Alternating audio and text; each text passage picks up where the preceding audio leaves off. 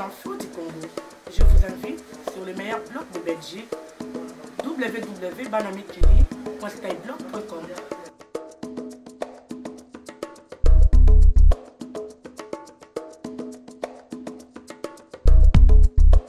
Passer à la République démocratique du Congo, le numéro 2 de l'UDPS espère pouvoir prendre un avion pour l'Europe demain jeudi avec 2 jours de retard. D'après son entourage, Jacquemain Chabani, secrétaire général du parti d'Étienne Tshisekedi, en a été empêché hier, mardi, arrêté à l'aéroport. Il avait alors été conduit dans les locaux de l'Agence nationale de renseignement.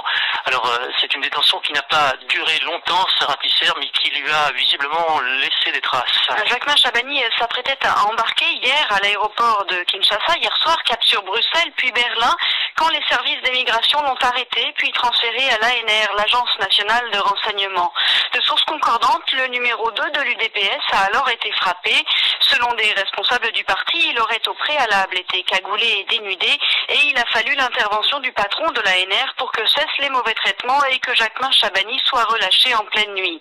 D'après ses proches, il a ensuite été conduit dans un établissement de soins. Bilan, pas de fracture, mais des ecchymoses sur une main et sur le front. De retour chez lui depuis, le secrétaire général du parti d'Étienne Tshisekedi espère, selon son entourage, retrouver son passeport et son billet ce jeudi pour pouvoir prendre l'avion. Il a rendez-vous pour cela à l'ANR. D'après plusieurs sources, il lui aurait été reproché de transporter un 2e passeport en plus du sien, ainsi que des documents jugés subversifs.